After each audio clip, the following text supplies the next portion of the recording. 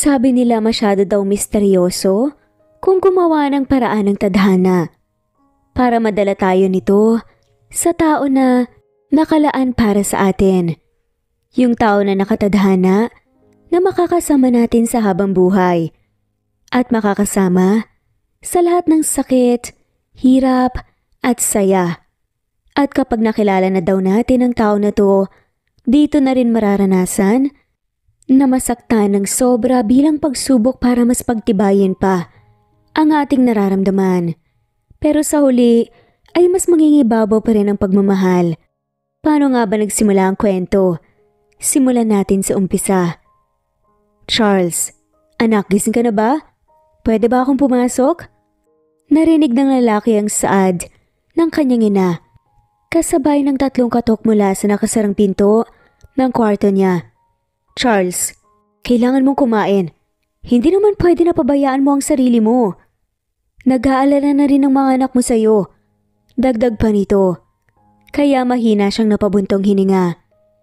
Siya nga pala si Charles Del Fierro, 28 years old, isang single dad na may cute na kambal na anak at kasalukuyang gobernador ng kanilang probinsya. Ilang linggo na ang nakakalipas mula nang masangkot siya sa isang car accident. Dala ng labis na kalasingan dahil nga iniwan siya ng girlfriend niyang si Cheska Tan. Alam niya na mali, pero ginawa niyang dahilan ng aksidente na yon para balikan siya ng babae. Nagpanggap kasi siyang bulag. Kinutsyaba niya ang kanyang sekretary at kaibigang doktor at nakukonsensya man sa pagsisinungaling sa pamilya, lalo na sa kambal niyang anak na sina Charlie at Charlotte, na 5 taong gulang pa lamang. Pinanindigan pa rin niya ang kanyang desisyon. Sinabi niya sa mga magulang na hindi siya sasal ilalim sa eye surgery kung hindi siya haharapin at kakausapin ni Cheska. At ilang linggo na ang nakakalipas pero hanggang ngayon, hindi pa rin bumabalik ang babae. Hindi po ako nagugutom, ma. Sagot naman ni Charles sa ina. Hindi ba niya maintindihan kung bakit nagkakaganito siya? Ni hindi nga siya sigurado kung mahal ba talaga niya si Cheska. Pero alam niya na gusto niya ang babae. Balak pa nga sana niya itong pakasalan at gusto sana niya na mag-focus na lamang si Cheska sa kanilang mga anak. Pero ayaw pumayag nito kasi marami pa daw itong pangarap sa buhay. Isa kasi itong rising actress at singer. Daddy, we miss you na po. Daddy, nandito lang po kami lagi for you. Narinig naman niyang saad ng kanyang 2 anak na sina Charlotte at Charlie, kaya napakagat siya ng iba pang labi. Miss na rin niya ang mga anak niya. Pero gaya nga ng sinabi niya, desidide siya na panindigan ang desisyon niya. Ni hindi nga niya alam kung bakit nagustuhan niya si Cheska. Bukod sa alam naman niyang hindi talaga mahilig ang babae sa mga bata ay may pagkamaarte pa ito. Nagustuhan mo siya dahil sa boses niya, Charles. Sagot ng kaliwang bahagi ng isip niya. Kaya napabuntong hininga naman siya. Malamang, yun nga ang dahilan. Pero paano nga ba nangyari yun? Well, 6 years ago nag-celebrate siya ng 22nd birthday sa isang bar kasama ang mga kaibigan. At kahit palasing siya, ay agad na nakuha ng singer sa bar ang atensyon niya. Pakiramdam ni Charles, yun na. Ang pinakamagandang boses na narinig niya. At kahit pa nakamaskara ang babaeng kumakanta sa stage, pakiramdam niya ay na-in love kaagad siya. Nakakatawa mang isipin pero yun ang totoo. That same night, hindi niya alam kung paano nangyari. Alam niyang malinaw sa kanyang alaala na may nangyari sa kanila ng babaeng yun. Pero sa sumunod na araw, wala nang babae sa tabi niya. Hindi niya nakuha ang pangalan nito at hindi rin niya matandaan ang itsura. Wala siyang ibang maalala kundi ang maganda nitong boses. Sorry mga anak, gusto lang munang mag-isip ni Daddy. Mababa ang boses na wika naman ni Charles sa kanyang kambal. Matagal na inisip ni Charles ang babaeng yun at sinubukan pa niya itong hanapin. Para siyang baliw kahit na mabilis na lumipas ang 1 taon kung saan may nang iwan nga ng kambal sa harap ng gate ng bahay nila kasamang isang sulat na nagsasabing anak nga niya ang mga to. Nang sumailalim siya sa paternity test, ay anak nga niyang mga to. Ang una niyang inisip ay nagbunga ang nangyari sa kanila ng babaeng maganda ang boses, pero hindi pa rin siya sigurado. Pagkalipas ang ilang pang taon na aksidente niyang narinig ang boses ni Cheska sa radyo. Kaboses yun ng babae na hindi niya kilala. Ang babaeng singer na naka one night stand niya. Pero matagal niyang kinabaliwan. Kaya naman hinanap niya si Cheska, niligawan niya ito dahil sa boses. At naging sila. At pagkatapos lang ng isang taong relasyon balak na niya itong pakasalan pero hindi pa nga daw ito handa, kaya siya iniwan ito. Daddy, kung need mo po ng kausap, nandito lang po kami ni Charlie. Daddy, kung ayaw niyo po ng kausap, pwede po kaming makinig lang. Narinig na naman niyang saad ng kambal niyang anak.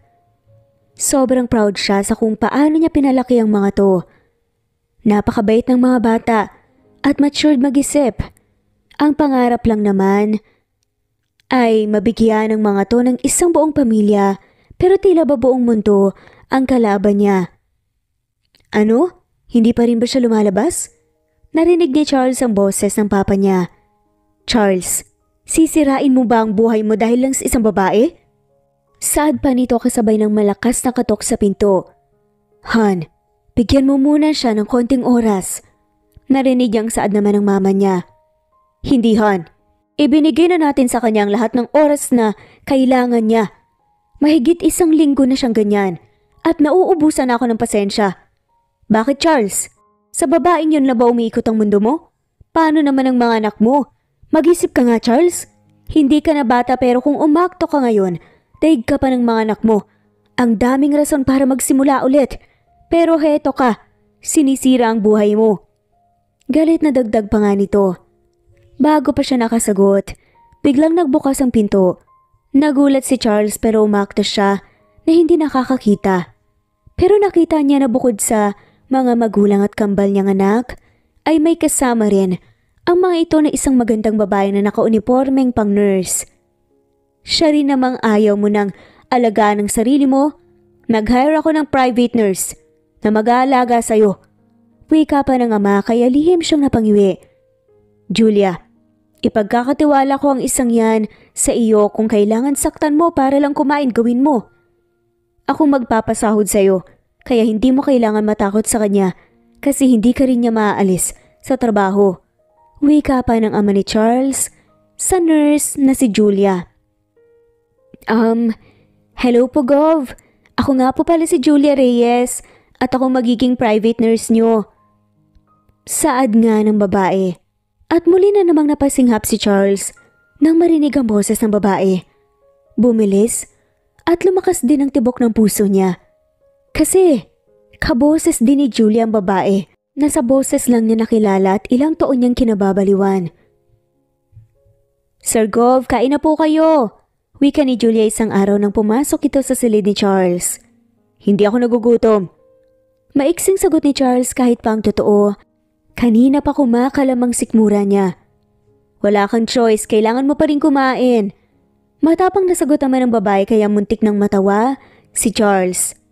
Ilang araw nang nakakalipas mula nang magsimula ang babae sa pagtatrabaho bilang private nurse niya. Kung tutuusin, pwede naman nang aminin ni Charles ang totoo sa pamilya na hindi talaga siya bulag para matapos na to. Pero hindi pa rin niya maintindihan kung bakit hindi niya ginawa.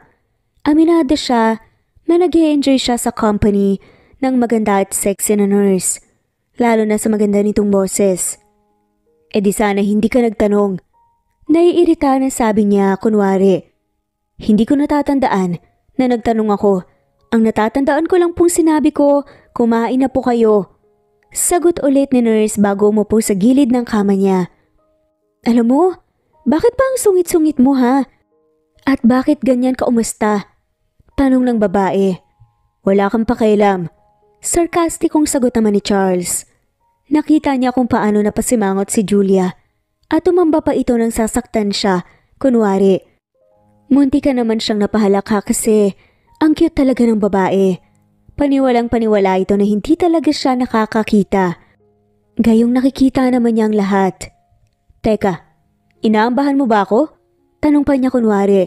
La, hindi judger ka. Sagot naman ng babae pero muli na naman itong umamba sa kanya. Malakas ang pakiramdam ng mga bulag, Julia. Sagot naman ni Charles. Hindi nga kasi sabi. Kumain ka na nga lang. Susubuan na kita para mabilis tayong matapos. Wika na naman ni Julia. Bulag lang ako. Hindi ako baldado. Giit naman ni Charles. Oh, naman pala di kumain ka ng mag-isa mo. Hindi na lang sabihin kaagad kailangan pa talagang magsungit. Sagot ni Julia. Alam mo ikaw dapat naging abogado ka na lang. Hindi ka kasi nauubusan ng sagot. Kunwaring naiirita pa ni saad ni Charles. Kahit pang totoo, enjoy na enjoy siya sa ganitong bangayan nila ng magandang babaeng nasa harapan niya. Uy, in fairness childhood dream ko kaya ang maging abogado. O siya, kung kaya mo nang kumain mag-isa, kumain ka na. Babalikan ko lang yung kambal sa sala. At nagpapatulong sa assignment nila sa akin.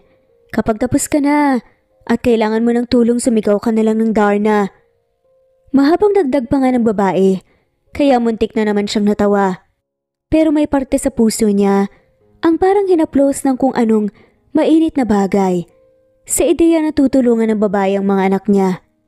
Kahit pa hindi naman ito sakop ng trabaho ni Julia. Sa sala lang ako kakain, wika pa niya. Saglit namang natigilan si Julia sa narinig. Sa ilang araw kasi na nagtatrabaho siya bilang private nurse na ito ang unang beses na lalabas ang lalaki sa kwarto niya. Kaya naman agad siyang pumayag at dinalalayan nga ito pababa. Daddy! Daddy! Are you okay na po ba? Very good po kami lagi sa school ni Charlotte at saka hindi na po kami makulit para maging happy na po kayo ulit. Saad naman ni na Charlotte at Charlie. Ngumiti naman si Charlie nang makaupo na siya sa sofa. Nakita niyang masayang ngiti ng mga anak niya pero syempre umakto pa rin siya na hindi yun nakikita. Kukunin ko lang saglit sa taas ang pagkain mo, Gov. Saad naman ni Julia kaya marahan siyang tumango. Mga anak, pwede ba kayong mayakap ni Daddy?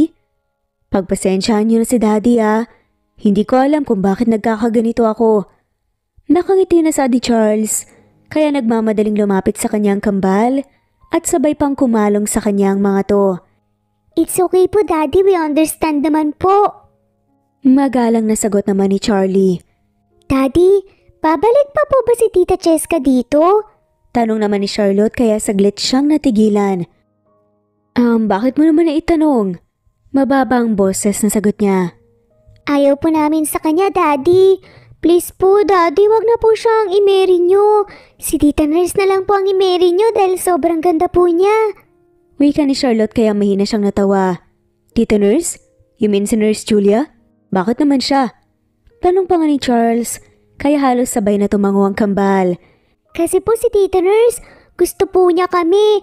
Kapag po nasa room lang kayo, lagi po siyang nakikipag-play sa amin. Tapos, tinutulungan pa po niya kami sa homeworks namin. And mabait po siya. Hindi po siya masungit. Kaya siya na po ang gusto naming maging mommy, Daddy. Mahabang sagot ni Charlotte kaya mas lalo siyang natawa.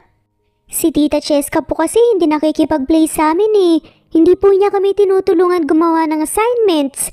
Tapos, lagi pa po niya kaming sinusungitan hindi nga po siya nag-i-smile sa amin. Lagi na lang pong nakasimangot tapos nagtataas po ng kilay.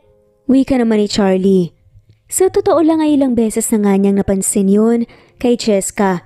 Pero ilang beses din niyang sinabi sa sarili na baka pagod lang ang tao. Kahit pa alam niya, ayaw lang talaga ng babae sa mga anak niya. Bakit nung tinanong ko kayo kung okay lang ba napakasalan ko siya, sumagot naman kayo ng oo?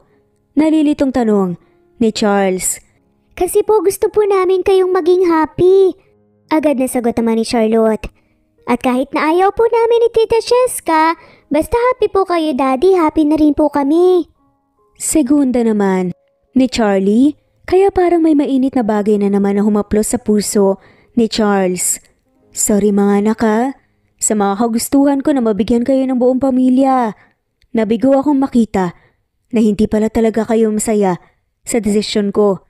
Pero pangako, simula ngayon kayo na ang lagi kong unahin Kakausapin ko muna kayo lagi bago ako gumawa ng desisyon. Pulong naman ni Charles. Mga anak, can you keep a secret? Tanong pa niya. Yes po, Daddy. Ano po yun? Sagot naman ni Charlie. Promise me na hindi niyo sasabihin kahit na kanino. Sad pa niya. Promise, Daddy! Halos sabay na sagot naman ng kambal. Hindi talaga bulag si Daddy. Nagkukunwari lang ako. Hindi ko alam kung bakit at paano ko nagawa. Pero hindi ko na alam kung paano babawiin. Sad niya at napabuntong hininga pa. Daddy, sabi niyo po masama pong magsinungaling. Napapanguso na sad naman ni Charlotte. Kaya mahina siyang natawa. Oo nga anak. And sorry ulit. Pero promise niyo secret muna natin to ha? Hahanap lang ako ng tiyempo na masabi sa lolo't lola niyo ang totoo. Sagot naman niya. Okay po, Daddy! Sagot naman ng kambal. Hindi na siya ulit nagsalita pa nang makitang dumating pababa ng hagdan si Julia. Dala ang pagkain niya. Sir Gov, kain na po kayo. Wika pa ng babae nang mailapag sa lamisita ang pagkain. Tita Nurse, dapat po susubuan niyo po si Daddy kasi hindi po niya makita ang kutsari. Wika naman ng batang si Charlotte, tapos napapahagikik pa. Muntik na nga matawa si Charles dahil sa kalokohan ng kanyang mga anak. Ha? Naku baby, kaya na ng daddy niyo yan at saka siya mismo ang nagsabi sa akin na bulag lang siya pero hindi baldado. Sagot naman ni Julia. Subuan mo ko. Agad na wika naman ni Charles na nagpipigil ng ngiti. Nakita niya kung paano napangiwi ang babae. Pero napabuntong hininga na lamang ito sa huli bago naglakad at umupo sa tabi niya. Muli namang bumalik sa lapag ang kambal para gawin ang mga homeworks nila. Habang si Julia sinusubuan sa pagkain si Charles na ngayon ay nakangiti na. Oo nga pala, samahan mo akong maligo mamaya. Nagpipigil pa rin ang ngiti na saad ni Charles. Maya-maya pa agad namang naubo ang babae dahil sa narinig. Ano? Ayoko nga! Gulat na sagot naman ni Julia. Hindi nga ako nakakakita. Remember? It's not like sasabayan mo ko. Isasara ko naman ang shower curtain. Paano pala kung madulas ako, diba? Tapos mabago kang ulo ko. At isa pa, trabaho mo naman talaga to. Wait, don't tell me. Ayaw mong pumayag kasi pinagnanasahan mo ako. Habulong pa na saad ng lalaki na tila nangunguyam. La, asa ka ha? Agad naman nasagot ng babae na may halong kaba. Enjoy na enjoy talaga si Charles na makita ang reaksyon ng babae lalo na kapag nakikita niyang nagbablush ito.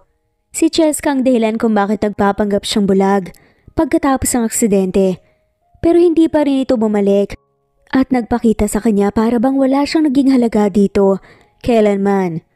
Ganun pa man pakiramdam niya, blessing in disguise ang nagawang pagpapanggap dahil nga kay Julia. Nanlalagkit na ako. Gusto ko nang maligo. Wika pa ni Charles maya-maya. Nang matapos na siyang pakainin ng babae, peke namang umubo si Julia at nakaramdam ng kaba kahit na alam niyang wala naman dapat mali siya ang bagay na to. Kasi nga ilang taon na rin siyang nurse at normal na dapat sa kanyang ganito. Halina po kayo Sir Gov, ihahatid ko na po kayo sa kwarto niyo. Puno ng kaba na sagot naman ni Julia. Mga baby dito lang kayo ha. Babalikan ko kayo dito after kung asikasuhin ng daddy niyo. Malambing pang paalam ni Julia sa mga bata. Kaya napangiti naman si Charles na kahit hindi responsibilidad yun ni Julia ay sobrang bait pa rin niya sa kanyang kambal na anak. Sa isip niya, bihira lang kasi talaga ngayon na makahanap ng totoo na pagmamalasakit sa mga anak niya. Okay po, Tita Nurse. Sagot naman ng kambal na busy pa rin sa kanilang homeworks. Nang makarating sa silid, hindi alam ni Julia ang gagawin. Pero bahagya siyang lumayo sa lalaki nang maihatid na niya ito sa loob ng banyo. Maghahanda lang po ako ng masusuot niyo, Sir Gov. May halong kaba na saad na lamang ni Julia. Bilisan mo, tapos ihatid mo na rin dito. Sagot ng lalaki kaya nagmamadali ng lumabas ng banyo si Julia. Nang maiwang mag-isa si Charles sa banyo, ay halos humalakhak na siya sa reaksyon ng babae. Alam talaga niya na mali ito at unfair sa part ng marami pero ipinapangako naman niya sa sariling hahanap lang talaga siya ng tiyempo para masabi ang totoo sa lahat. Hindi muna agad nagtanggal ng damit si Charles nang makita niyang bumalik na si Julia. Saka niya hinubad ang suot niyang damit na para bang pinagyayabang talaga niya kay Julia ang magandang hulma ng katawan niya. Muntik na naman siyang matawa nang makita na nanlalaki ang mata ng babae. Tapos ay mahina pang napasinghap. Nurse Julia, nandyan ka na ba? Bakit pakiramdam ko may nakatitig sa akin? Wait, huwag mong sabihin tinitignan mo ang katawan ko. May halong pangasar pa na saad nga ng lalaki kaya literal na napanganga ang babae. Ha? Hindi Hindi kaya ako nakatingin. Sagot naman ni Julia kahit pa nakikita naman talaga niya ang lalaki. Okay, sabi mo eh. Sagot naman ni Charles at nagibit balikat na lamang bago hinubad din ang suot na pajama.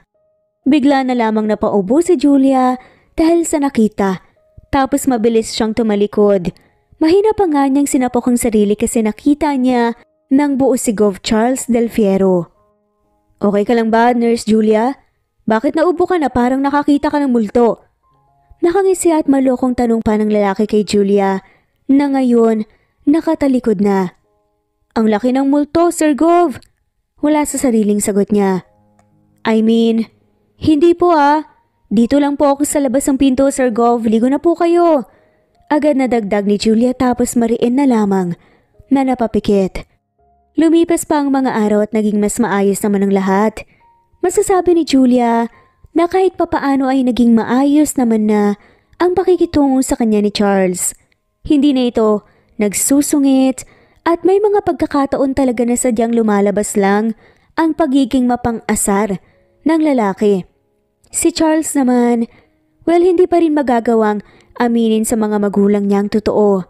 Pero totoo naman na humahanap siya ng tiyempo. Ganun pa man pakiramdam niya, may iba pang rason kung bakit hindi pa rin niya sinasabi ang totoo. At hindi niya alam kung ano ang rason na to. If I were you pare, habang maaga pa sabihin mo na ang totoo sa mga magulang mo. I mean, sobra na silang nag-aalala sa'yo. Alam mo bang kinausap ako ng mama ko ng isang araw? At sinabihan niya ako na kausapin ko daw si Jude na kumbinsihin kang sumailalim sa eye surgery para lang maging normal na ulit ang buhay mo. Nakakakonsensya ng magsinungaling sa kanila. Sa totoo lang, wika ni Tristan kay Charles. Isang araw habang magkasama sila sa kwarto ni Charles. Si Tristan ang kaibigan at sekretarya niya. Si Jude naman ang doktor na kaibigan nila. Ewan ko rin ba kung ano tong pumapasok sa isip ko pare, nababaliw na ata ako. Natatawa na sagot naman ni Charles. Anyways, wala rin namang may ibang alam ng tungkol dito bukod sa pamilya nyo. Mahirap na kasi na baka gamitin ito ng mga kalaban mo sa politika. Pinalabas na lang namin ng mga magulang mo na kunwari nagpapahinga ka muna mula sa aksidente na kinasangkutan mo. Wika pa ng kaibigan kaya marahan siyang tumango. Pare, natatandaan mo ba yung lagi kong sinasabi sa'yo noon na babaeng may magandang boses? Tanong nga ni Charles sa kaibigan. Napakunot no ang kaibigan niya. Yung babaeng hindi mo kilala at hindi mo alam ang pangalan? Pero ilang taon mo nang kinababaliwan ng sobra yon. Hindi ba si Cheska yun? Kasi ang sabi mo, magkaboses sila. Natatawa na tanong pa ng kaibigan. Pero umiling naman si Charles. Akala ko nga rin siya yun eh. Pero ngayon, sigurado na ako na hindi siyang babaeng yun. Sagot naman niya, yung private nurse na kinuha ni Papa para sa akin pare, kaboses niya, babaeng sinasabi ko. Gate pa niya kaya kumunot ang noo ni Tristan. I mean, may parte sa akin ang gustong isipin na siya yun, lalo na't magaan ang loob ko sa kanya. Mabait din ang loob ng mga bata sa kanya. Pero ewan ko ba? Dagdag pa ni Charles. Teka lang, hanggang ngayon ba iniisip mo pa rin ang babaeng yun? Ang nanay ng kambal mo? Tanong ng kaibigan kaya mabilis na tumango si Charles. Paano ko naman hindi isipin yun? Pagkatapos ng isang taon mula nang may mangyari sa amin, saka naman iniwan sa harap ng bahay ang kambal. Pero ewan ko pare, naguguluhan din kasi talaga ako sa nangyari. Dagdag pa niya. Sir Gov, nandito na po ang mga bata At oras na rin po para kumain ng lunch. Hindi na nagawang ipagpatuloy pa ni Julia ang sasabihin nang makitang may kasama palang lalaki. Ay, sorry po. May bisita po pala kayo. Sige po, tawagin niyo na lang po ako kapag may kailangan kayo. Nakangiti na wika pa nito bago nagmamadaling umalis na. Siya ang sinasabi mong private nurse, pare? Nakangisipang tanong ni Tristan nang maiwan na silang dalawa sa silid. O pare, kakauwi lang niya kasi sumama siya sa pagsundo sa kambal sa school. See what I mean? Kahit na hindi niya trabaho, ginagawa pa rin niya. Lagi siyang nakikipaglaro sa mga bata. Inaalagaan niya ang mga to na parang anak talaga niya. Nakita at nararamdaman ko ang concern at sincerity niya sa mga bata, pare. Paliwanag ni Charles, kaya natawa na naman ang kaibigan. Pare, aaminin ko na kaboses nga niya si Cheska pero baka naman yan lang ang gusto mong paniwalaan kasi namimiss mo na may kayakap sa tuwing gabi. Hindi naman kita masisisi, lalo na't maganda at sexy pa. Natatawa at malokong wika pa ng kaibigan nito. Kaya napangiwi na lamang si Charles. Malaking mundo, pare. At kung normal nang may kamukha tayo sa mundo, normal din na may magkaboses. Dagdag pa niya. Ewan ko, baka nag-overthink lang ako masyado. Sagot naman ni Charles. Sige na, sabihan mo na lang ako kapag may problema at aayusin ko kaagad. Dagdag pa ito, tapos tumayo na. Mga alis na ang kaibigan pero agad niyang pinigilan nito. Teka lang, pare. Alalayan mo ako pababa na kunwari bulag talaga ako. Saad pa nga ni Charles, kaya malakas na natawa si Tristan. Grabe ka. Bakit feeling ko nag-i-enjoy ka sa pagpapanggap dahil sa private nurse mo, ha? Umamin ka nga. Type mo siya, no? Natatawa pang saad ni Tristan bago siya nito inalalayan. Natawa na lamang din si Charles tapos nagpa siya na bumaba na. Kinagabihan habang mag-isang nakaupo si Charles sa kama, sa loob ng kwarto niya ay kumunot ang noo niya. Nang marinig ang masayang paghalakhak ng kambal, dahan-dahan naman siyang tumayot, naglakad palabas ng silid. Tapos sumilip siya sa kwarto ng kambal at nakita na masayang nakikipaglaro ang mga to kay Julia. Tita Nurse, pwede po bang dito na lang po kayo sa amin forever?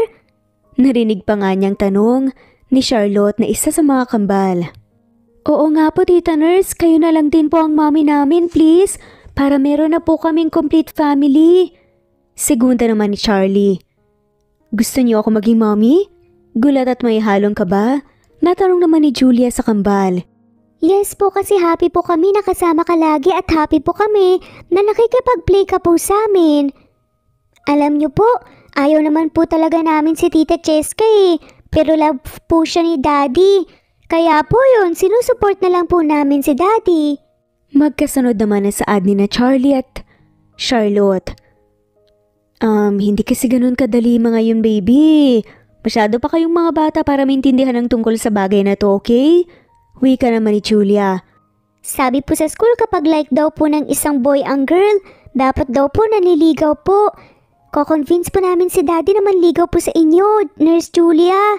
Wika ni Charlie at mahinang natawa si Charles dahil sa narinig na sinabi ng anak niya. Bakit hindi na lang po kayo ang manligaw kay Daddy, Tita Nurse? For sure naman po, like din naman po kayo ni Daddy. Kasi pretty and kind po kayo. Like niyo din po ba si Daddy? Wika naman ni Charlotte. Biglang bumilis at lumakas ang tibok ng puso ni Charles.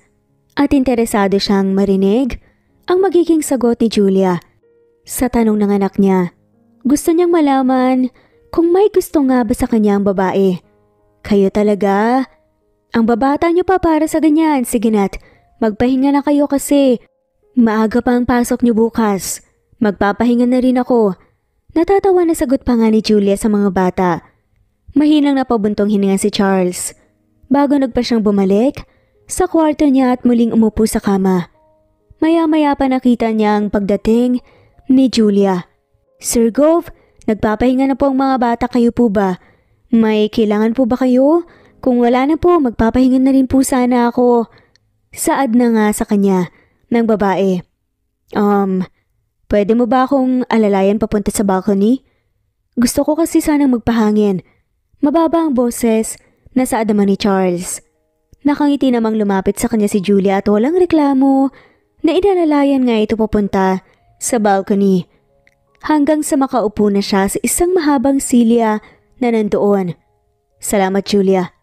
Pwede mo na akong iwan dito. Pwede ka nang magpahinga. Wika pa nga niya pero imbes na sumunod, sa sinabi niya umupo sa tabi niya ang babae. Sasamahan ko na lang po muna kayo dito Sir Gov para maalalayan ko rin po kayo pabalik sa kama niyo kapag gusto niyo na pong magpahinga. Hindi pa rin naman po ako inaantok eh.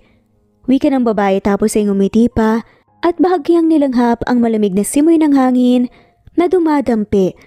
Yumayakap sa balat niya. Sir Gov, pwede po bang magtanong? Tanong pa nito sa kanya maya-maya pa. Ano yun? Bakit po ayaw niyong sumailalim sa eye surgery? Ayaw niyo po ba na makakita ulit? Tanong ng babae na ikinagulat nga. Ni Charles. Hindi naman po sa judger ako pero sobra po ba kayong na broken hearted kay Ma'am Cheska na gusto niyo po na itapon ang buhay niyo? Sorry po kung feeling niyo. Nakikialam ako o nanghihimasok o nagiging madaldal na naman. Pero gusto ko lang naman po na isipin niyo rin po sina Charlie at Charlotte. Dagdag pa niya. Hindi niyo po ba namimiss na makita ang mga ngiti ng mga bata? O ang ngiti ng magulang niyo? Hindi niyo po ba namimiss na maging normal ang lahat sa inyo? Kagaya po ngayon, sobrang ganda ng kalangitan. Puno po ng makikislap na bituin. Kung makikita niyo lang po sana kung gaano kaganda ang kalangitan ngayon. Naku, tiyak na matutuwa po kayo at mamamangha. Wika pa nga ng babae. Tipid namang napangiti si Charles. Kasi totoo naman ang sinabi nito. Nakikita rin niya ang kalangitan kasi nga hindi naman siya totoong bulag. Alam mo kung anong totoo?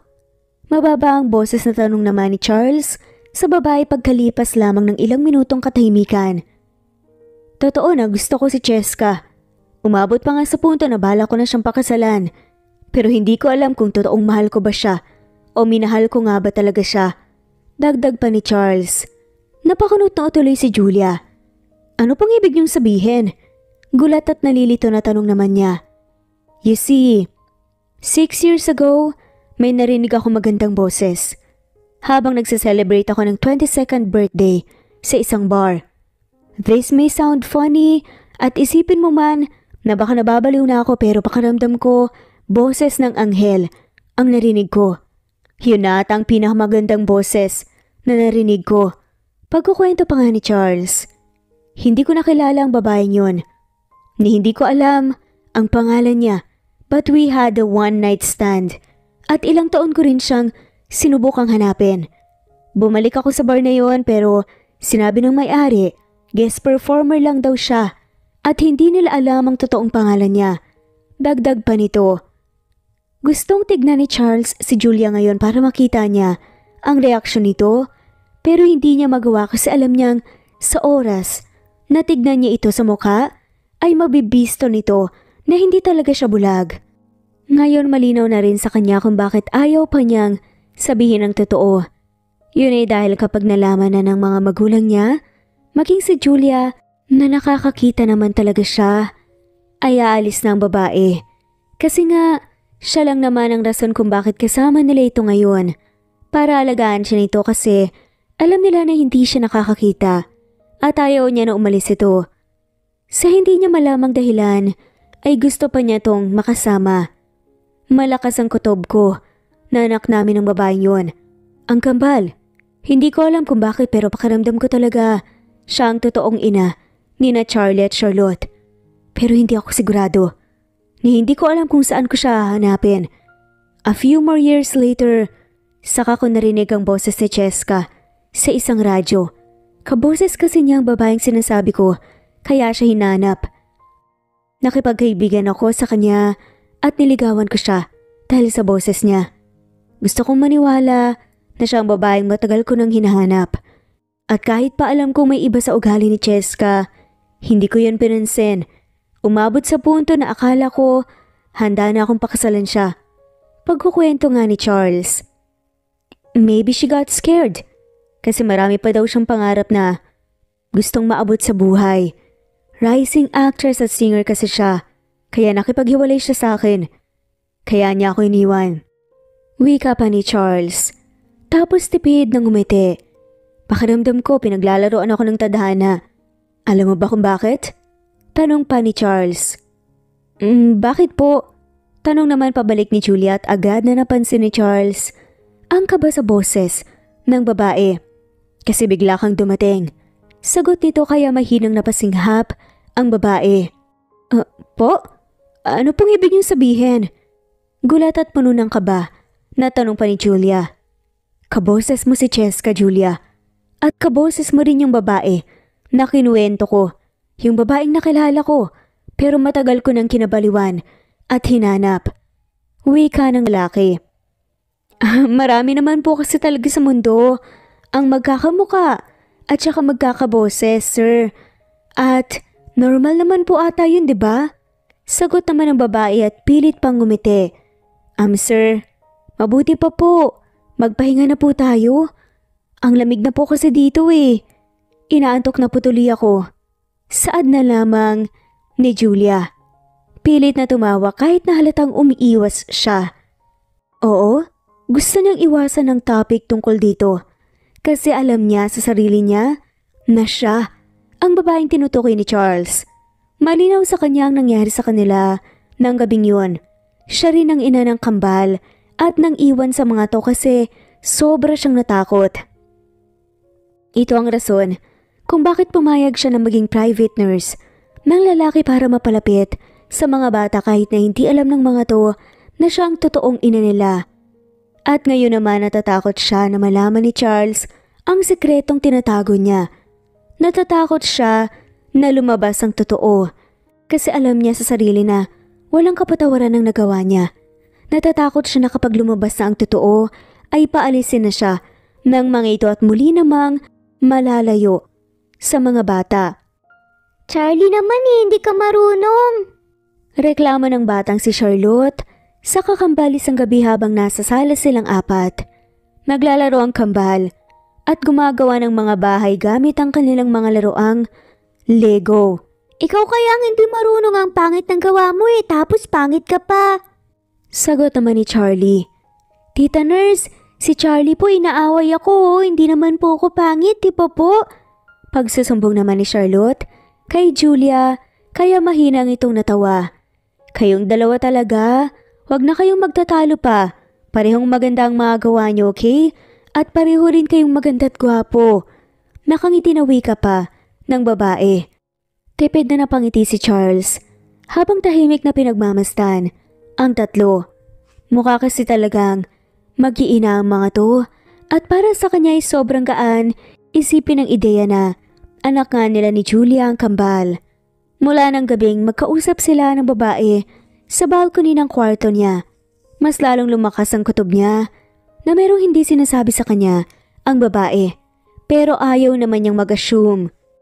Hindi ko na po bati si Charlie, inaaway niya po ako Tita Nurse, kailan niyo po ba magiging boyfriend si Daddy? Para kapag po may new baby na po kayo, may bago na po akong playmate. Ayaw ko na po kasing playmate si Charlie, lagi po niya akong inaasar Sad pa ng bata. Literal namang napanganga si Julia sa narinig. Ang bata pa kasi nito masyado para sabihin yon at advance ate ito masyado mag-isip. Silly Charlotte, bawal pang magka-baby kapag boyfriend at girlfriend pa lang. Dapat i-marry muna ni Daddy si Tita Nurse tapos kapag husband and wives na sila, saka na sila magkakaroon ng baby. Sagot naman ni Charlie kaya mahinang napasinghap si Julia.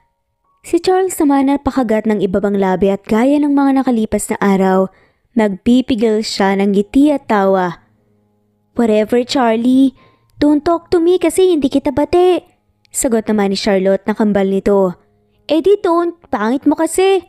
Sagot naman ni Charlie. Magkamukha lang tayo pero mas pangit ka. Giit naman ni Charlotte. Hindi naman alam ni Julia kung dapat ba siyang mag-alala na nag-aaway ang kambal o matatawa siya sa kakyutan ng mga to. Nakakatawa kasi silang mag-away. Mga anak, hindi ba sinabi ko na hindi ko gustong nag-aaway kayo? Saad naman ni Charles, kaya sabay na natahimik ang kambal. Sorry po, Daddy. Halos sabay na sagot naman ng mga to. Sorry Charlotte, hindi na maulit. Sorry din Charlie. Saad ng kambal sa isa't isa. Okay, playtime's over. Maghilamos na kayo sa taas kasi maaga pa ang pasok niyo bukas. Huwag kakalimutang mag-toothbrush, okay? Nakangiti na saad naman ni Charles sa mga anak niya. Masaya namang tumayo at sumunod ang mga to sa utos niya. Nang silang dalawa na lang ang naiwan sa sala, nagpasya si Julia na iligpit ang mga nagkalat na laruan. Tapos lumapit na siya kay Charles para alalayan ng lalaki papunta sa kwarto nito sa ikalawang palapag. Sir Gov, nakakatuwa ang mga bata no? Ang sweet nila sa isa't isa. Nag-aaway pero nagbabati din kaagad tapos ang galang pa. Napalaki niyo po sila ng maayos. I mean, ang dami kong nakilalang mga bata na kasing edad nila na nanggagaling din sa mayamang pamilya. Tapos, kung umasta sila, akala mo, pagmamay-ari nila ang mundo at lahat ng tao. Pero iba po si na Charlie at Charlotte. Ang ganda po ng pagpapalaki niyo sa kanila. Nakangiti na saad ni Julia nang maihatid na niya ang lalaki sa silid nito. Maganda yung maaga. Alam na nila ang tama at mali. Sagot naman ni Charles tapos huminga pa ng malalim kasi gusto niyang makausap si Julia. Pero hindi niya alam kung saan at paano magsisimula. Sige po Sir Gov, tignan ko lang po ang mga bata. Baka lang po kasi kailangan nila ng tulong ko. Nakangiting wika naman ni Julia. Nangakmang tatalikod na ito, maglalakad na sana palabas ang kwarto, ay agad din siyang natigilan kasi mabilis na hinawakan ni Charles ang kamay niya. Gulat na napalingon si Julia sa kamay ng gwapong gobernador tapos sumangat pa ang tingin nito sa mukha ng lalaki at kumunot ang noon niya nang makita na nakatingin ito sa mukha niya na para bang nakikita siya nito. May kailangan po ba kayo, Sir Gov? Mababa ang boses at may halong kaba na tanong niya. Magkaibigan naman tayo, di ba? Mababa rin ang boses na tanong ng lalaki. Opo, bakit niyo po natanong? Magagalit ka ba kapag nalaman mong nagsinungaling ako sa'yo? Tanong ulit ni Gov. Ano pong ibig niyong sabihin, Sir Gov? Nalilito na tanong naman ni Julia. I don't know, Julia. Pero nitong mga nakaraang araw, wala akong ibang maisip kundi ikaw. Kung gaano ka kabuting tao, yung pag-aalaga mo, hindi lang para sa akin pero maging sa mga anak ko, yung concern at sincerity mo sa aming tatlo. Lahat yon. At sobra akong nakukonsensya kasi alam ko sa sarili ko na hindi ako nagpapakatotoo sa'yo. Paliwanag naman ng lalaki. Kumunot noong muli si Julia. Sir Gov, pasensya na po pero hindi ko po kasi kayo maintindihan eh. Medyo nalilito at nauutal pa nga na sagot ni Julia. Hindi talaga ako nabulag sa aksidente, Julia. Nakakakita ako. Ginamit ko lang ang opportunity na aksidente para palabasin na nabulag ako para bumalik si Cheska. Pero imbes na si Cheska, ikaw ang dumating. Mababa ang boses, nasagot ang lalaki at mahina namang napasinghap si Julia sa mga narinig. Ano pong ibig niyong sabihin? So nakakakita po pala kayo all along? Hindi makapaniwalang tanong nito, kaya marahang tumango ang lalaki. Look, nung unang araw na dinala ka ni Papa dito, bala ko naman talagang sabihin kaagad ang totoo. Pero dahil kaboses mo nga yung babae sa bar na naikwento ko sa'yo, saka ako nagpasya na magpanggap na ilang araw pa para lang mas makilala pa kita.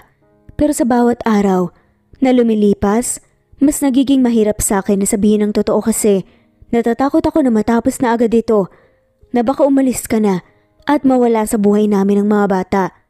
Saad pa nga ng lalaki bago mahinang napabuntong hininga.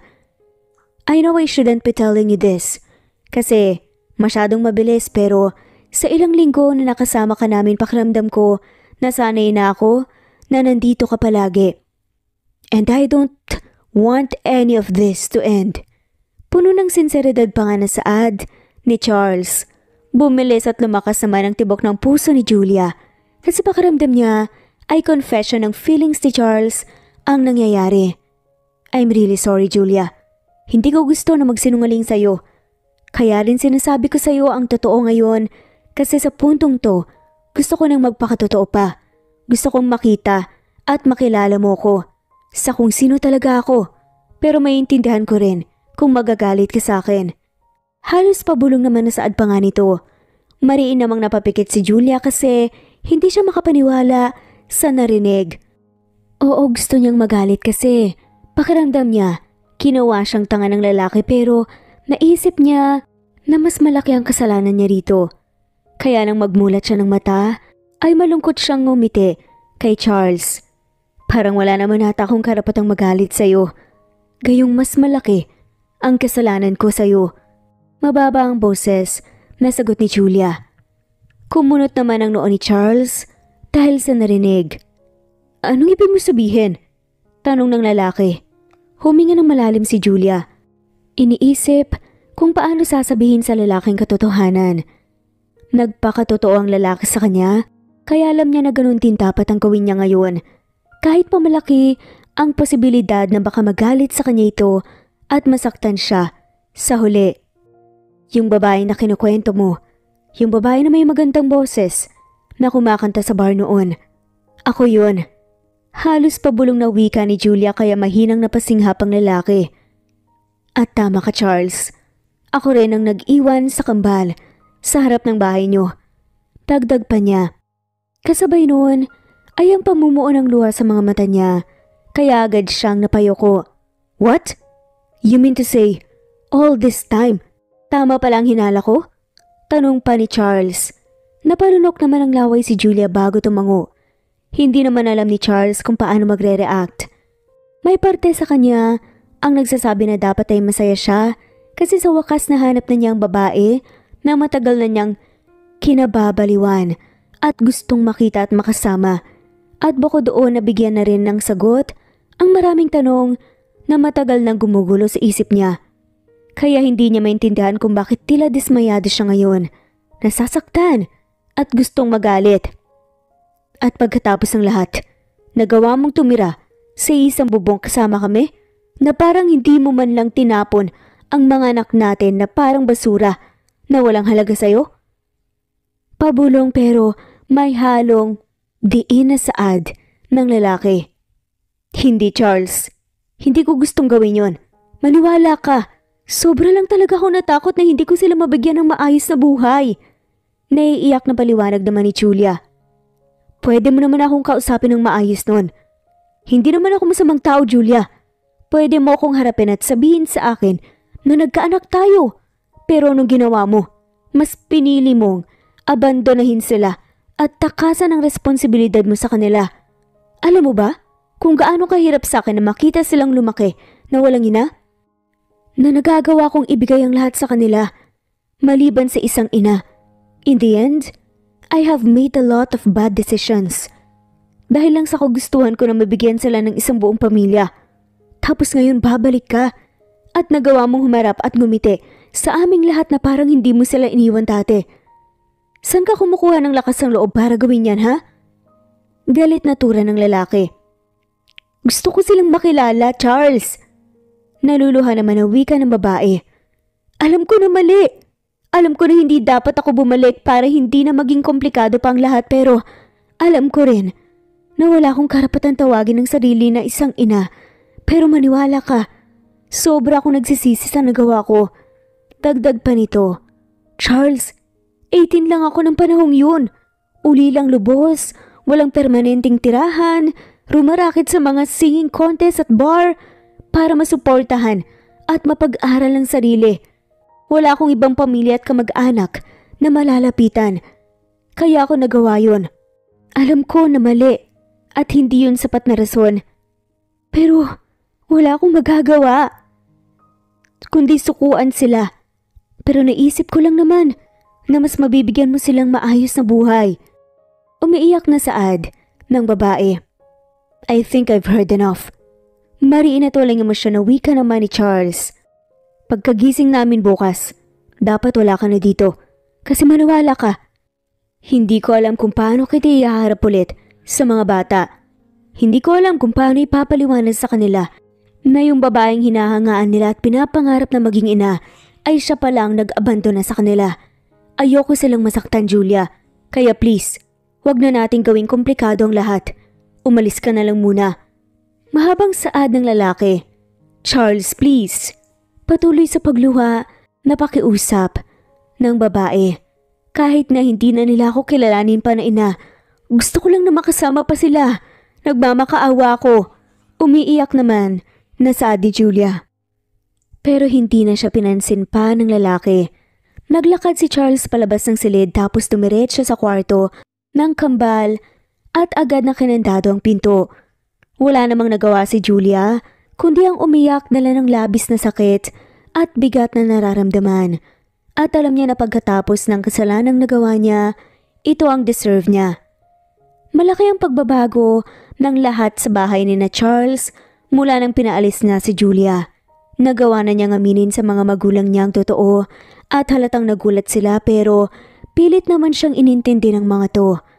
Madalas naman kung tanungin siya ng mga bata kung nasan nga si Julia, halatang namimiss na nga ng kambal ang babae at hindi naman niya alam kung paano sasagutin ang mga tanong nila. Maging siya aminado sa sarili na miss na nga niya si Julia. Pero sa puntong yun ay parang mas nangingimbabaw pa rin ang sakit at disappointment na nararamdaman ni Charles. Miss mo na siya, no? Bahagyang napalingon si Charles sa papa niya nang lapitan siya nito sa terasa isang gabi. Tahimik kasing nakaupo doon si Charles at nag-iisip. Alam mo anak, alam naming pareho na hindi tama ang ginawa niya. Pero gaano man kababaw ang rason niya para sa'yo, ay rason pa rin yun. At walang mababaw at mabigat na rason sa isang tao na nasasaktan at nahihirapan. Dagdag pang ito bago umupo sa tabi niya. Pa, mali po ba ako na pinaalis ko siya? May halong lungkot pa ang boses na saad ni Charles. Ikaw lang ang makakasagot ng tanong na yan anak. Nakangiti na sagot nito. Alam mo noon, gusto na naming isipin ng mama mo na baliw ka dahil sa kahanap ng isang tao na hindi mo man lang nakilala. Bukod sa boses nito, pero ngayon, nahanap mo na siya sa wakas. Hahayaan mo ba na makawala pa siya dahil sa isang pagkakamali? At magagawa mo bang ipagkait ang pagkakataong to sa mga anak niyo na magkaroon ng sa wakas isang ina at isang buong pamilya?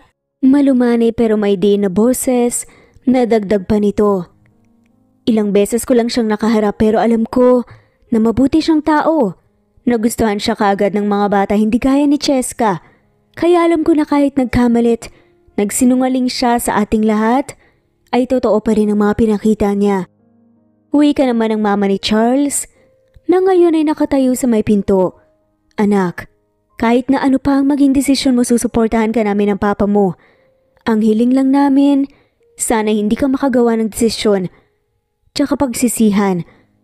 Ito sa huli, dagdag pa ng mama niya. Kumunot pa nga ang noo niya nang makitang may maliit na papel na inilagay ang papa niya sa kamay niya. Yan ang address ng apartment niya.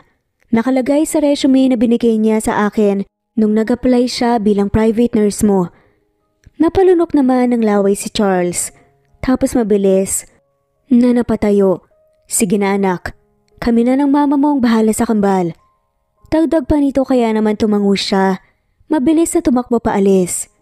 Hindi naman nahirapan si Charles na hanapin ang apartment ni Julia. Nang makarating siya ay agad na ipinaradang sasakyan sa harap tapos tumiretso na siya papasok sa nakabukas na gate. Nang nasa harap na siya ng pinto ay saktong kakatok na sana siya doon pero bigla itong nagbukas. At pareho naman silang nagulat ni Julia nang makita ang isa't isa. Sir Gov, ano pong ginagawa niyo dito? Agad na tanong ni Julia. Agad na nakadama ng konsensya si Charles nang makita ang nangingitim na gilid ng mata ng babae na para bang ilang araw nang hindi nakakatulog ng maayos at umiiyak sa gabi. Can we talk? Lakas loob na tanong na lamang ni Charles. Tuloy po kayo, saad naman ni Julia.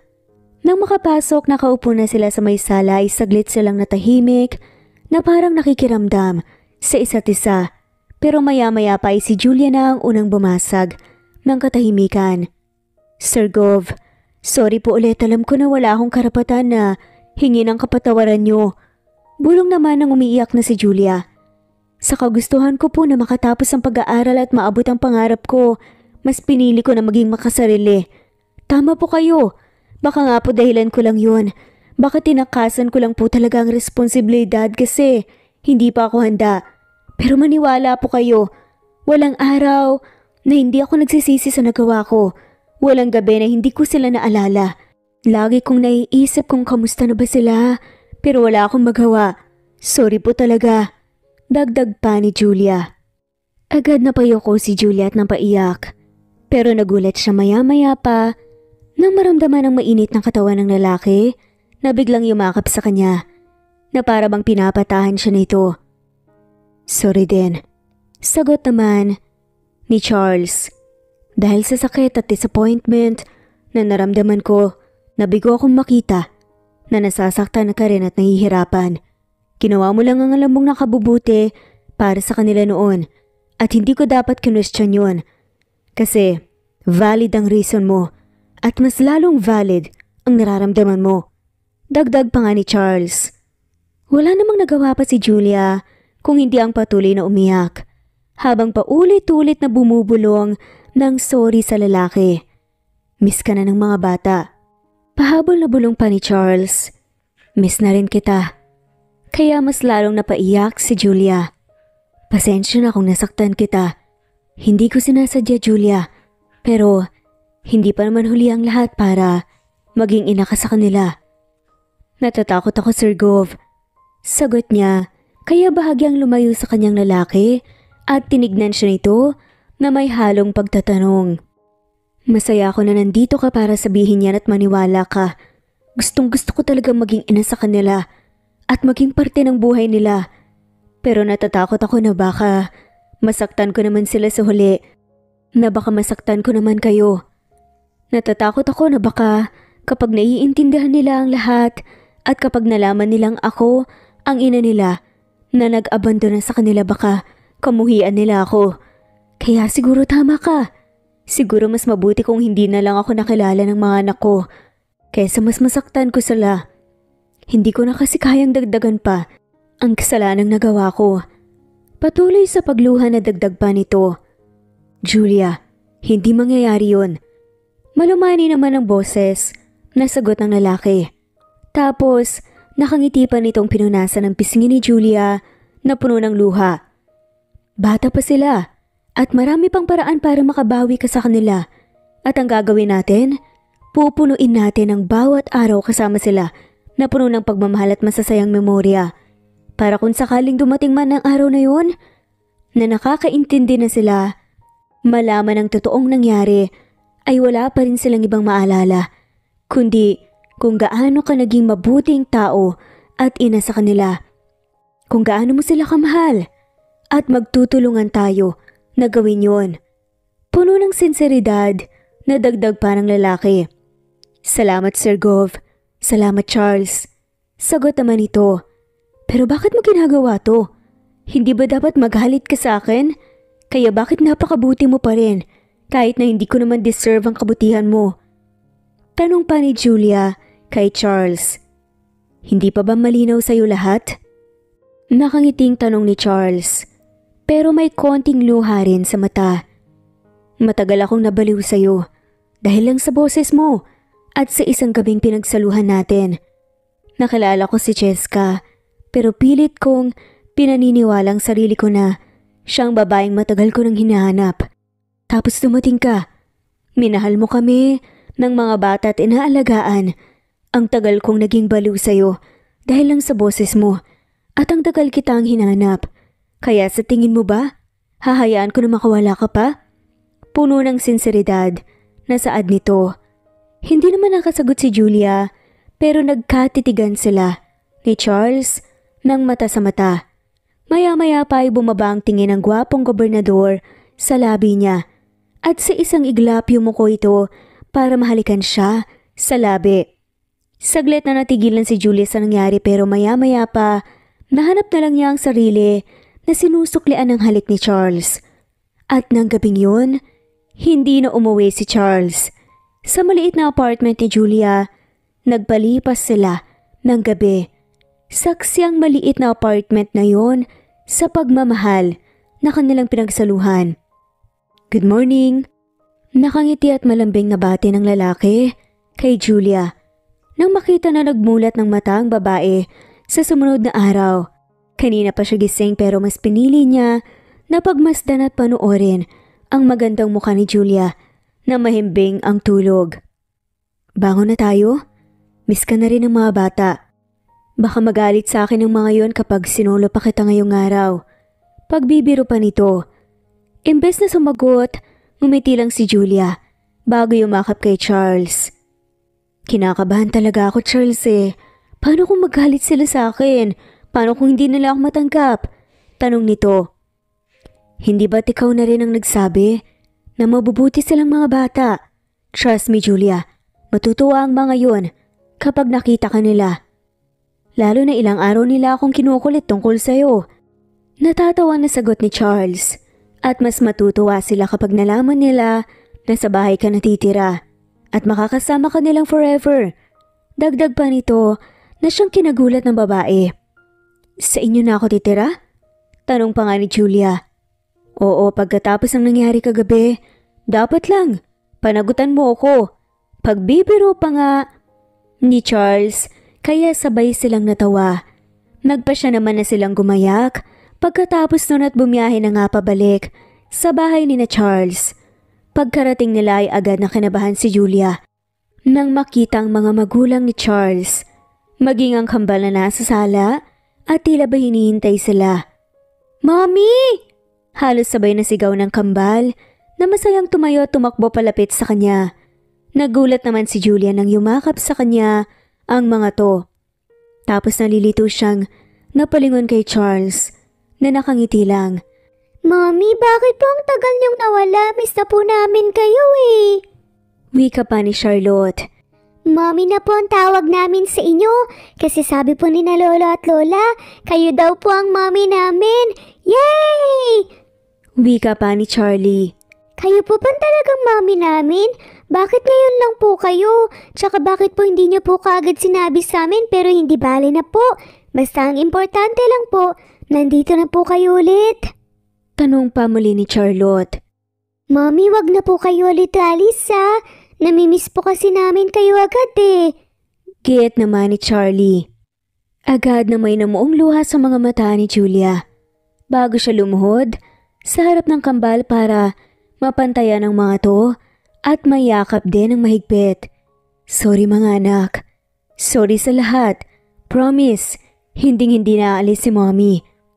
Hinding-hindi ko na kayo iiwan ulit. Aalagaan at mamahalin ko kayo. Lumuluhan na sagot naman niya. Hindi niya alam kung gaano niya katagal nayakap ang mga to. Pero maya-maya pa ay nakangiti niyang hinarap ang mga magulang ni Charles. Sorry din po sa inyo, sabi Julia.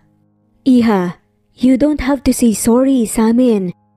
Nakangiting sagot naman ng mama ni Charles. Pinaliwanag na namin sa mga batang tungkol sa iyo habang wala kayo dito ni Charles. Well, hindi namin sinabi ang lahat para sa amin kasi hindi naman na mahalaga ang mga nangyari noon. Nakangiti na wika pa ng papa ni Charles. Ang importante, nandito ka na. Kasama ang mga mag-aama mo. Dagdag pa ng mama ni Charles bago lumapit at yumakap sa kanya. Well, welcome to the family, Iha. Masayang bulong pa nito sa kanya. Muli na namang napaluha si Julia, dala ng labis na sayang nararamdaman. Lalo na nang sumali sa yakap ang papa ni Charles. Tapos sumali na rin si Charles, ang lalaking mahal niya. Maging ang kambal nilang anak. Hindi kasi nila inakala na magiging mainit pa rin ang pagtanggap sa kanya ng lahat kahit pa malaki ang nagawa niyang kasalanan. Maaga siyang naulila at ngayon muli niyang naramdaman na sa wakas may pamilya na ulit na nagmamahal sa kanya. At nangako siya na hindi niya sisirain ang tiwalang binigay sa kanya ng mga to. Gagawin niya ang makakaya niya para makabawi sa lahat at masuklian ang kabutihan na pinapakita sa kanya ng bago niyang pamilya. Sundan na kaya natin sina Charlie at Charlotte? Ano sa tingin mo? Ang saya siguro kung kambal ulit ang susunod nating magiging anak. Nakangiti at malambing panawikan ni Charles. Isang hapon, habang magkatabi silang nakahiga ni Julia sa duyan sa hardin ng bahay at magkayakap. Habang pinapanood nila, ang kambal na masaya namang naliligo sa swimming pool. Bigyan mo muna ako ng kahit 1 taon lang para makabawi sa mga panganay natin, please. Natatawa na sagot naman ni Julia. Naging maayos at masaya ang mga sumunod na araw na magkakasama sila. Si Julia ay nagpasya na bumalik sa pagtatrabaho sa ospital at pinayagan at sinuportahan naman siya ni Charles. Si Charles naman ay balik na sa responsibilidad at marami nitong trabaho bilang gobernador ng probinsya nila. Pareho silang naging busy, ganun pa man, ginagawa nilang makakaya nila para magkaroon pa rin ng sapat na oras para sa mga anak nila at para na rin sa isa't isa. Nakakamiss lang kasi na mag-alaga ng baby. Yung napupuyat pero kahit napagod ka, masaya ka kasi worth it naman. Nakangiti ka pa rin ni Charles, kaya biglang natahimik si Julia kasi hindi niya naranasan yun. Hey, nag-overthink ka na naman. Huwag mo nang isipin ang mga yun, okay? Ang mahalaga nandito ka na kasama namin. At isa pa, maraming anak ang gusto ko, kaya marami pang pagkakataon na sabay tayong magpupuyat sa pag-aalaga sa mga magiging baby natin. Malambing na saad pa nito na siyang nagpangiti sa babae. At isa pa, pwede mo rin ako maging baby. Iba nga lang ang rason kung bakit tayo mapupuyat gabi-gabi. Malukong pagbibiro pa nga ni Charles kaya sabay silang natawa. Mommy, Daddy, I'm hungry po. Ako rin po, Mommy, Daddy. Sad nga ni na Charlotte at Charlie. Naku, gutom daw ang mga babies natin. O sige na, igagawa ko kayo ng sandwich. Malambing na sagot naman ni Julia. At ambang babangon na sana pero hinigpitan ni Charles ang pagkakayakap sa kanya. Mga anak, magpatulong na lang kayo kay Ate Nelia, okay? Wika pa ni Charles. Ang tinutukoy ay ang kasambahay nila. Charles naman naglalambing ang mga anak natin tapos kanyan ka. Ako nang gagawa. Mabilis lang naman yun. Nakangiti na wika pa ni Julia, kaya si Charles naman, napanguso na lamang. Kailan ba kita masasolo ha? Bulong pa nito, kaya mahina siyang natawa. Tapos gusto mo nang sundan si Charlie at Charlotte. Mas lalo nang mahahati ang oras natin kapag may bago tayong baby. Natatawa pa na sagot ni Julia. Okay lang. Basta, ako pa rin ang original na baby mo. May halong harot pa na sagot naman ni Charles, kaya natawa na naman sila. Daddy, hindi na po kayo baby, ang laki niyo na po eh. Si Daddy po, baby damulag. Wika pa ni na Charlotte at Charlie, kaya mas lalong lumakas ang tawanan nila. Pagkatapos nung dumiretso na sa loob si Julia, para nga makapaghanda ng merienda sa mag-aama niya. Nang matapos bumalik na rin naman siya sa poolside kung saan naghihintay sa kanya ang mga ito. Nang mailapag nga niya ang pagkain sa mesa, ay marahan siyang hinila ni Charles, kaya agad siyang napaupo sa kandungan ng lalaki. Ang tagal mo na miss kita agad. Maharot pa rin na bulong nito. La, ilang minuto lang ako nawala. Natatawa na sagot niya. Wala adik na ako sa'yo, kaya namimiss talaga kita agad. Nakangisi naman na sagot ng lalaki. Hindi na nakasagot pa si Julia. At agad na kumunot ang noon niya nang makita ang isang pamilyar na mukha na naglalakad palapit sa poolside. Tapos mahina siyang napasinghap nang mapagtatong si Cheska yun. Napalingon pa siya sa mga bata na ngayon ay wala nang ngiti sa labi habang nakatingin din sa babae. Charles, can we talk? Tanong pa ni Cheska nang makalapit. What are you doing here, Cheska? Hindi ka dapat basta-basta nagpupunta dito. Galit na sabi pa ni Charles. I just want us to talk in private, please. Wika pa ni Cheska. Papasok muna kami ng mga bata sa loob, Charles. Mababa ang boses na wika naman ni Julia. Dito lang kayo. Sagot naman ni Charles. Kung may gusto kong sabihin, sabihin mo lang sa harap ng mag-iina ko. Kasi hindi ko gusto na bigyan sila ng rason para masaktan at pagdudahan ako. Giit pa nga ni Charles kay Cheska. Mga anak, pasok muna kayo sa loob, promise. Magpe-play pa tayo mamaya, okay? Nakangiting sa adama ni Julia sa kambal. Hindi niya gustong maapektuhan ang mga ito sa usapan ng matatanda. Mabilis namang sumunod sa sinabi niya ang kambal at tumakbo papasok sa loob. Charles, I'm sorry. Alam ko na nagkamali ako at natakot lang naman ako eh. Pero handa na ako. Bigyan mo lang ako ng isa pang pagkakataon at nangangako ako na gagawin ko na ang lahat para maalagaan kayo ng mga bata. Hinding-hindi na ako gagawa pa ng bagay na makakasakit sa inyo. Hindi ko na kayo iiwan ulit. I'll be good, Charles. Bigyan mo lang ako ng isa pang pagkakataon, please. Desperada na pakiusap ni Cheska, kaya mahinang napasinghap si Julia. Pero nagulat naman siya nang biglang hinawakan ni Charles ang kamay niya sa harap mismo ni Cheska. I have made a lot of bad decisions because of you, Cheska. Umabot yun sa punto na hindi ko na naisip pa ang mga anak ko. But I have already learned my lessons. Pero alam mo, sa totoo lang, ngayon ay nagpapasalamat ako na umalis ka at iniwan kami. Kasi napagtanto ko na hindi naman pala talaga kita gustong pakasalan. Naisip ko lang yun dala ng kagustuhan na mabigyan ng buong pamilya ang kambal. At dahil sa pagalis mo, dumating sa buhay namin si Julia. Siya ang totoong ina ng kambal, Cheska. Kaya pasensya ka na kung hindi ko magagawa ang gusto mo. Kasi ngayon malinaw na sa akin kung sino ang babae na gusto kong makasama sa habang buhay. At kung anong klaseng tao ito. At si Julia yon, isang mapagmahal at maalagang tao. Isang tao na kailanman hindi mo magagawang questionin ang sinseridad. Kasi alam ko na lahat ng pinapakita niya sa amin totoo.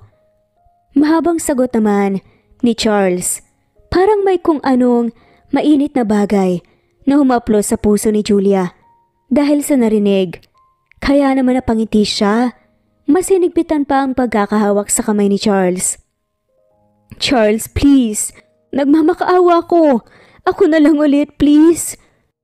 Umiiyak pa na pakiusap ni Cheska. Kung wala ka nang sasabihin, makakalis ka na. Nakita mo naman na hanggang ngayon natatakot pa rin sa'yo ang mga bata. Sagot ni Charles. Mariin na lang na napapikit si Cheska. Tapos napayuko bago nagpa siyang maglakad paalis. Siguro na pagtanto niya na wala na rin namang saysay pa ang pagbabalik niya. Nang wala na si Cheska ay nakangiting hinarap ni Charles si Julia. Tapos niyakap niya ito ng mahigpit bago binigyan ng mababaw na halik sa labi. I'm sorry about that. Malambing na bulong pa nito sa babae. Hindi mo naman kailangan humingi ng sorry. At one point, alam kong kailangan mo rin na sabihin sa kanya yon. Sagot ni Julia. Kumunot pa nga ang noon niya nang makitang may kinuha si Charles mula sa bulsa. Tapos, nakangiting pinakita sa kanya ng lalaking diamond ring. Hindi ko na gustong magsayang pa ng segundo, Julia. Gaya ng sinabi ko, ikaw ang babae na gusto kong makasama habang buhay. Hindi ako perpektong lalaki, pero nangangako ko na mamahalin at alagaan kita sa parang alam ko.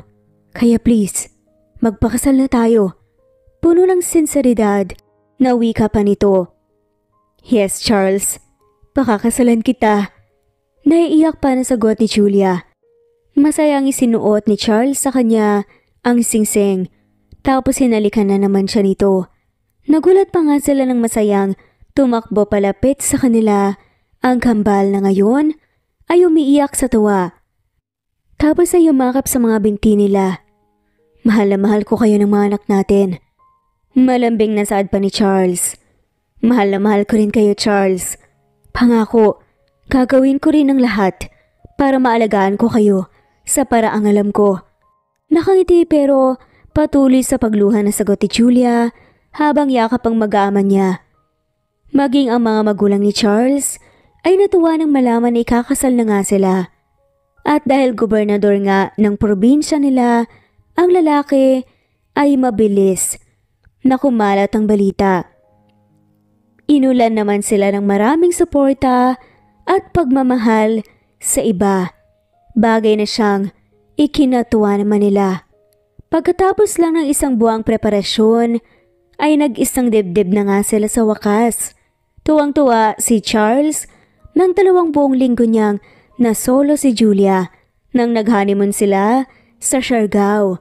At pagkatapos noon, hindi man naging madali ang buhay mag-asawa, ay masaya naman silang magkakasama. At masaya sila na patuloy na may natututunan sa buhay. Mabilis pang lumipas ang mahigit 1 taon at muli silang biniyayaan ng isang baby girl na pinangalanan naman nilang Charmaine. At sa pagdating nito sa buhay nila ay mas lalo pang tumibay at naging masaya ang pamilyang binuo nila. Sa lahat ng nakikinig, sana lagi nating tandaan, hindi nadedepina ng mga pagkakamali natin sa nakaraan kung sino talaga tayo bilang mga tao sa kasalukuyan. Ang importante ay may ginawa tayo para bumawi at mas maging mabuting tao pa. Ang importante ay kung sino tayo ngayon.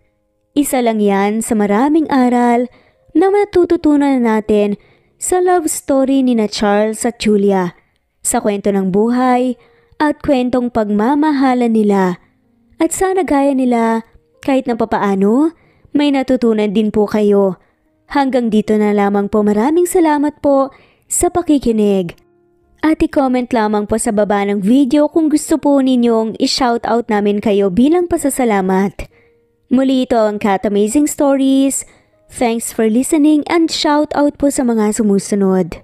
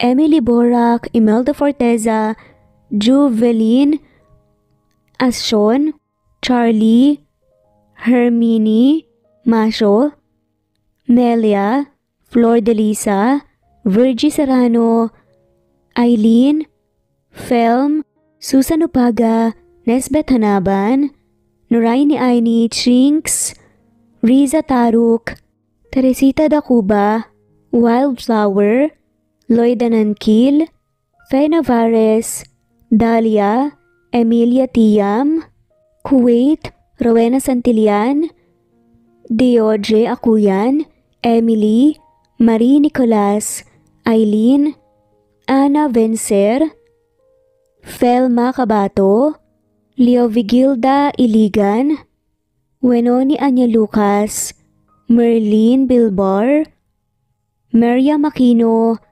Chi Vanessa, Harem Ruhi, Judy Quilates, Nelani Juan, Imelda Forteza, Daisy Blaza, Nat Greenfax, Arsenia Cabanero, Magdalena Bautista, Didi, Grace Rico, Emily, Romena, Merlin, Rayan Parocha, Irene Legidaw, Rosemary De La Cruz, Carmencita Falcon, Lynn Lee at shoutout na rin po sa lahat ng maulang sawang sumusubaybay. Maraming salamat po.